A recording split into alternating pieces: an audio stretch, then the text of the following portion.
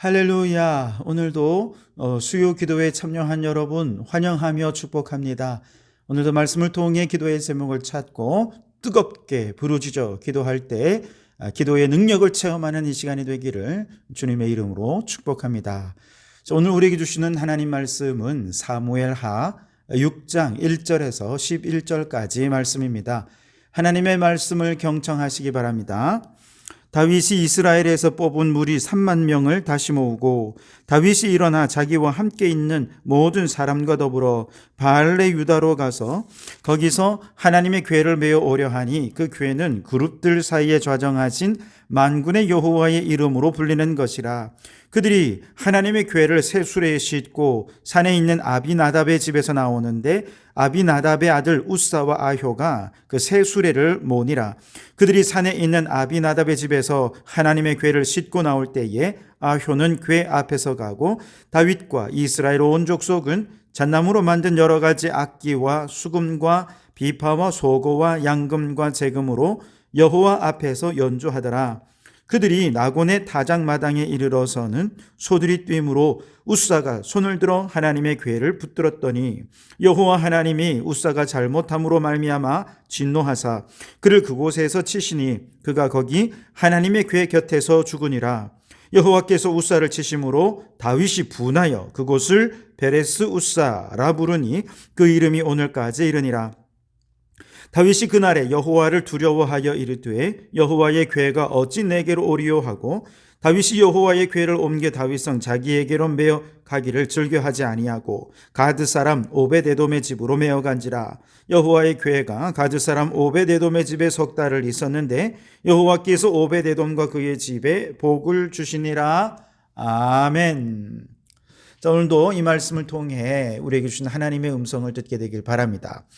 자, 온 나라가 이제 다윗을 왕으로 세우면서 여호와께서 다윗과 함께 하시니 다윗의 집이 점점 강성해져 갔습니다. 그러나 나라의 번영을 위해 반드시 한 번은 만나야 했던 저 블레셋과의 대결이 그를 기다리고 있었죠. 감사하게도 하나님의 도우심으로 두 번에 걸친 블레셋과의 전쟁을 통해서 이스라엘이 승리하게 되면서 이제는 걸림돌이 없어졌습니다. 국가의 번영을 위해 전진하는 일만 남아 있었던 거죠. 바로 이때 다윗이 생각한 것은 하나님의 언약궤였습니다. 사무엘이 어렸을 때 실로에 있던 여호와의 성소에서 잠을 자다가 밤중에 하나님께서 사무엘을 부르시죠. 사무엘아, 사무엘아. 그렇게 했을 때 하나님께서 사무엘에게 들려주신 메시지가 무엇이었습니까? 엘리의 집을 영원토록 내가 심판하겠다라고 하는 것이 사무엘에게 들려주신 하나님의 음성이었습니다. 사무엘에게 주신 말씀 그대로 엘리의 두 아들은 블레셋과의 전투에서 죽어버렸습니다. 그리고 아들들의 죽음 소식을 들은 엘리 제사장도 그 충격으로 죽어버렸죠.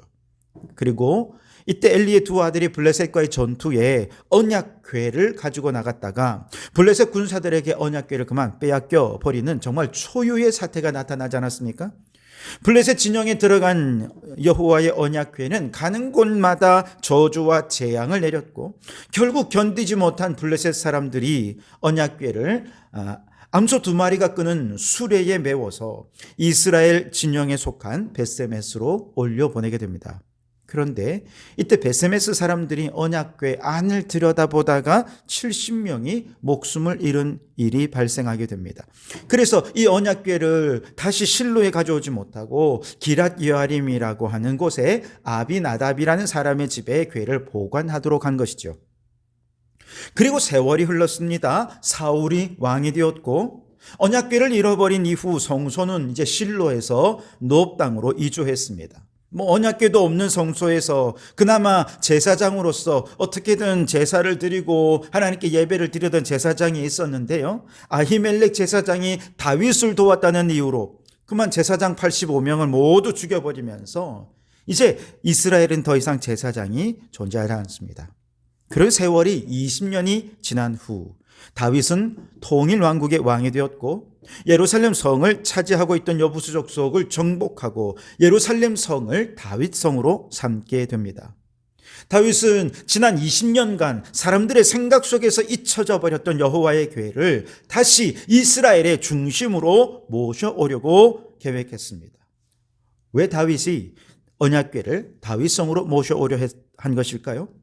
그 이유는 언약궤는 곧 하나님께서 현현하시는 장소를 의미하기 때문에 그렇습니다. 언약궤가 사람들의 뇌리에서 잊혀지기 전까지 언약궤는 이스라엘 백성들의 영적 중심이었습니다. 언약궤가 있는 곳에 하나님은 임재하셨고, 그래서 모세와 아론과 여호수아는요 바로 그 언약궤 앞에서 살아계신 하나님을 만나 뵈었습니다. 이스라엘이 전쟁에 나갈 때마다 항상 언약궤를 모시고 나가면 이는 곧 하나님이 직접 이 전투에 참여하시는 것으로 여겨 백성들의 사기가 아주 충전했습니다. 가나안 입성을 위해 요단강을 건널 때 언약궤를 맨 제사장들이 가장 먼저 요단강 물을 밟자 요단강이 갈라졌습니다. 여리고성을 무너뜨리기 위해서 7일 동안 그 성을 침묵하며 돌 때 가장 앞장섰던 것도 여호와의 언약궤였습니다. 그리고 결국 여리고성이 무너지게 되었죠. 다윗은 이처럼 하나님의 임재 그 자체인 언약궤가 다시 다윗성으로 돌아올 수 있다면, 다윗은 단지 통치의 중심이 될 뿐만 아니라 정치, 외교, 군사의 중심이 될 뿐만 아니라 이제 하나님이 임재하시는 영적 중심이 될 수 있을 것이다, 그런 생각을 한 것이죠.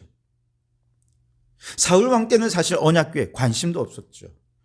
오히려 제사장들을 죽이기까지 하지 않았습니까? 근데 다윗이 언약궤를 예루살렘으로 들여온다면, 예루살렘은 그동안 하나님의 심판을 받아 끊어졌던 저 중앙성소 실로 성소의 적법한 후계자로 인정을 받게 되고, 다윗 왕조는 정치적 위상뿐만 아니라 종교적 위상까지 더해져서 그 권위가 한층 더 높아질 수 있게 되는 것이죠. 여러분, 사울 왕의 시대와 다윗 왕의 시대는 이렇게 차이가 납니다. 사울 왕의 시대는 자신이 왕이 되어서 높임을 받으면 받을수록 하나님은 점점 잊혀져 가던 시대였습니다. 심지어 예배를 집례하던 제사장들을 죽이고 제사를 무시했던 시대가 사울 왕의 시대입니다. 반면에 다윗의 시대는요, 다윗 자신이 왕으로 높아졌으니 하나님이 더 높아지셔야 됩니다. 하나님을 적극적으로 초청하는 것이죠. 다윗이 왕궁에 머물면 하나님도 왕궁에 모셔드려야 합니다. 그래서 하나님이 다스리시고 하나님이 통치하시는 나라가 되어야 합니다. 이것이 다윗 시대입니다. 여러분의 자녀가 공부를 잘하고 좋은 대학 혹은 좋은 직장에 들어가면 아마 부모님의 자랑거리가 될 것입니다.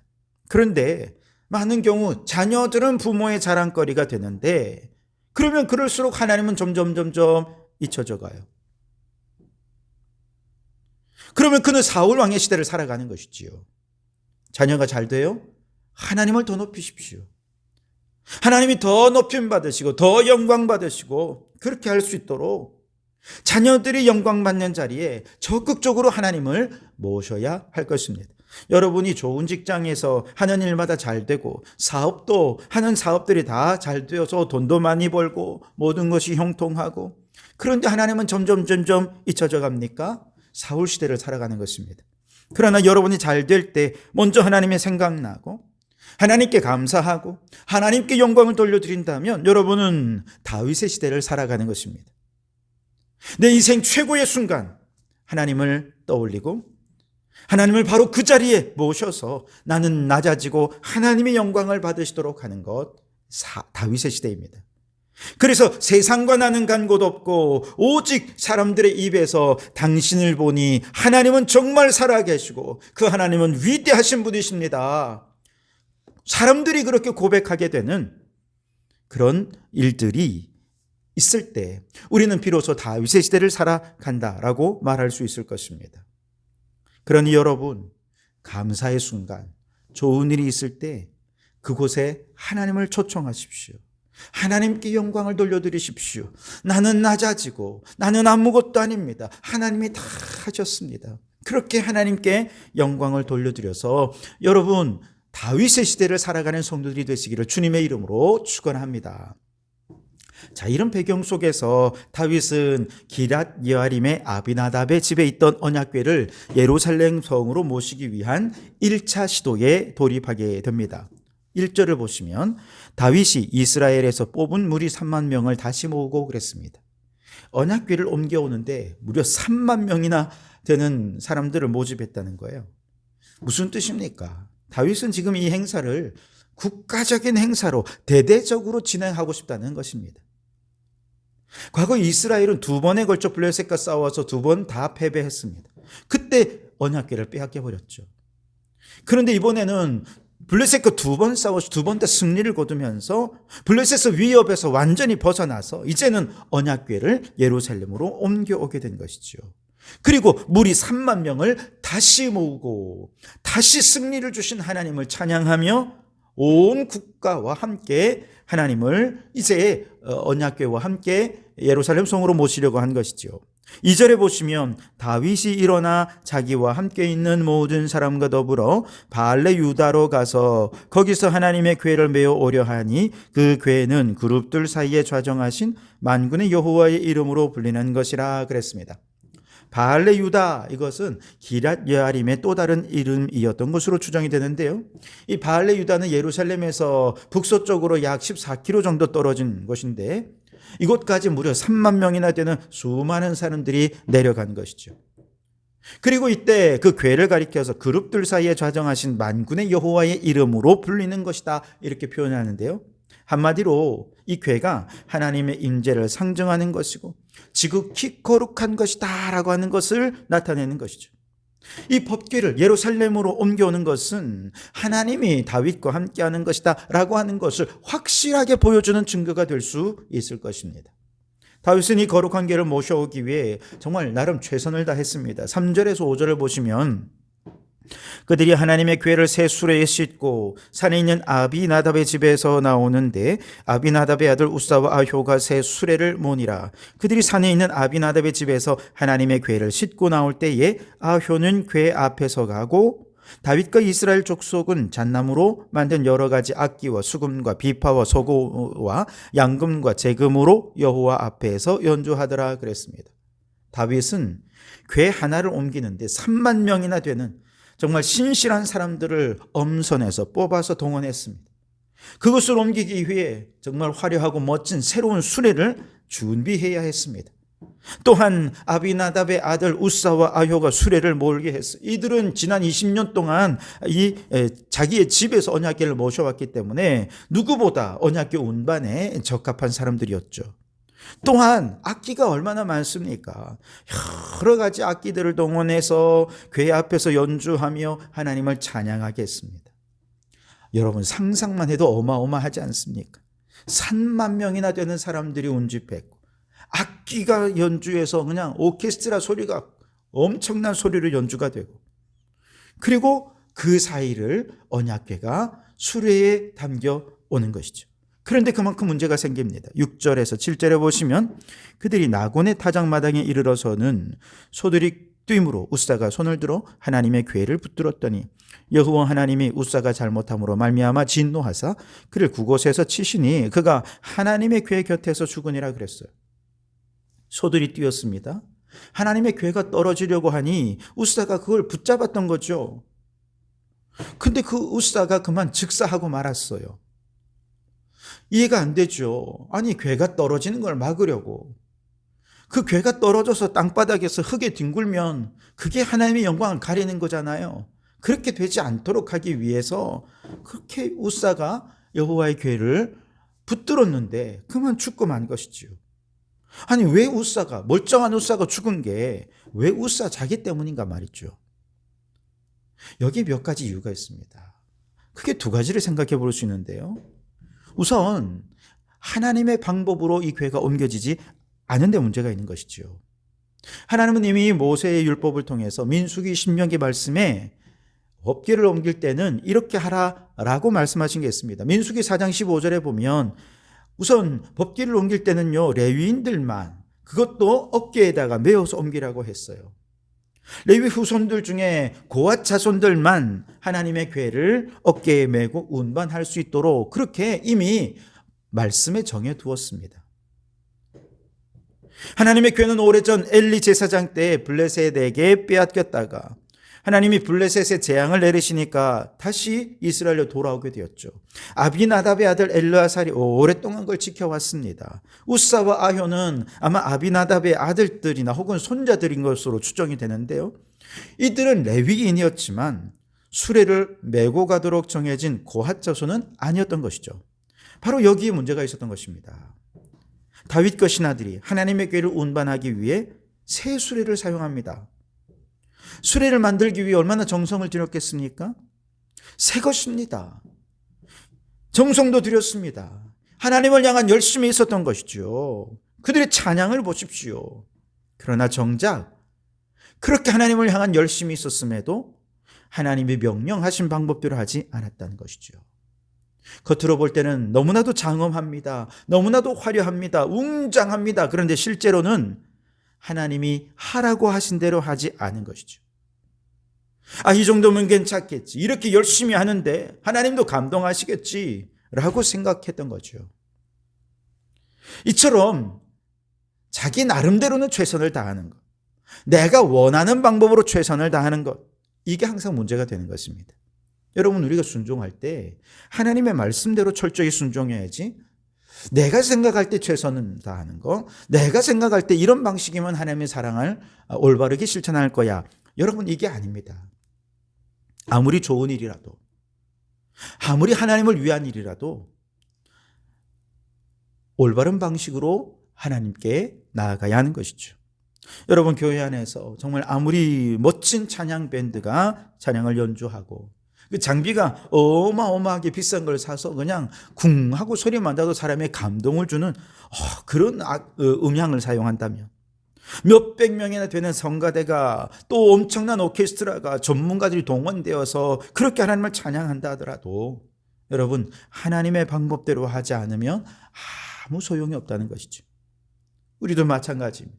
겉으로 예배에 참석하고 있고, 겉으로 찬양하고, 기도하고, 말씀 읽고, 설교 듣고, 여러분 다 해요. 그런데 그 초점이 하나님이 아니라 다른 데가 있는 거예요.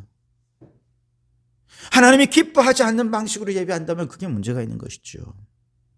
여러분, 우리가 하는 모든 일에 있어서, 특별히 이건 영적인 일이야 라고 하는 일에 있어서 내 눈에 아름다운가, 아니면 하나님이 보시기에 아름다운가, 여러분 이걸 잘 기억해야 됩니다. 사람 눈에 잘 보이는 것이 아니라 하나님의 눈에 잘 보이는, 하나님이 기뻐하시는 방식으로 마음의 중심을 보시는 하나님이 보실 때에 올바른 것인가 그렇지 않은가를 생각하며 행해야 하는 것이죠. 우리는 하나님의 일을 하는 데 있어서 올바르게 행해야 되겠습니다. 목적이 선하다고 수단과 방법을 가리지 않고 해서는 안 되는 것이죠. 선한 목적을 이루려면 그 방법과 수단도 선한 방법이 되어야 됩니다. 그 선한 방법은 우리의 기준이 아니라 하나님이 선하다고 하신 것, 하나님의 말씀대로 행하는 것이어야 한다는 것이죠. 또 하나, 우사가 이렇게 죽어야 했던 더 결정적인 이유가 있습니다. 그건 다윗 때문입니다. 8절에 보시면 여호와께서 우사를 치심으로 다윗이 분하여 그곳을 베레스 우사라 부르니 그 이름이 오늘까지 이르니라. 자, 베레스 우사, 베레스 우사를 치다 이런 뜻인데요. 우사를 침으로 다윗이 분을 하여 여겼다 그랬습니다. 분하여 했다. 누구에게 분을 낸 것입니까? 하나님께 화를 낸 것입니다. 아니, 다윗이 왜 하나님께 화를 냅니까? 왜 그랬을까요? 다윗이 생각할 때, 아니, 이렇게 왕이 주관하는 이 대대적인 행사에 수많은 사람들이 참여했고, 이렇게 많은 사람들이 보는 앞에서 하나님이 사람을 죽이신 거잖아요. 왕의 체면이 구겨진 것입니다.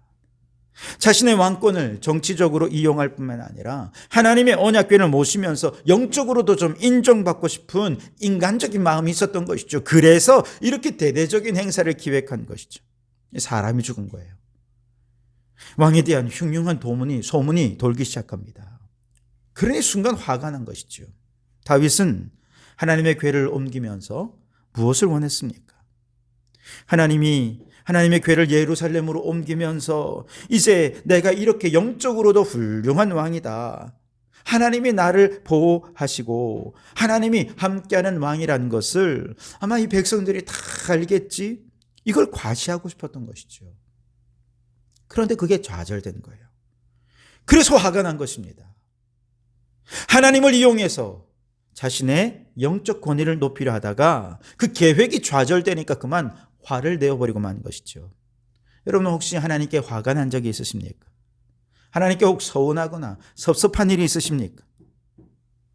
그런데 여러분 어떤 분들은요, 이렇게 하나님께 대해 섭섭하거나 하나님께 대해 실망한 일이 있을 때 예배를 안 드립니다. 성경도 안 읽어요. 기도도 안 하고요. 교회도 안 나와요. 근데 여러분 가만히 생각해 보세요. 여러분 왜 화가 납니까? 왜 하나님께 실망하고 왜 하나님께 서운하십니까? 그건 과연 정당한 분노가 맞습니까? 근데 가만히 생각해 보면 그게 아니라는 거예요. 내가 이렇게 기도했는데 하나님이 왜 내 소원을 안 들어주시는 거야? 실망할 때 한번 잘 생각해 보세요. 과연 그 기도 제목이 올바른 것인지 말이죠. 혹시라도 하나님의 영광을 위해서라고 말은 하지만 사실은 자기 만족이나 자기 성공을 위해 기도한 것은 아닌지요.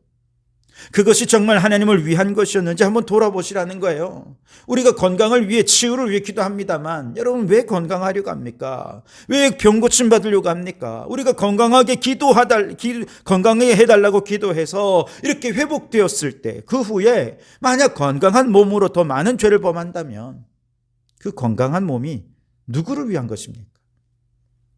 우리는 부자가 되기 위해 기도합니다만 왜 부자가 되기 위해 기도하십니까?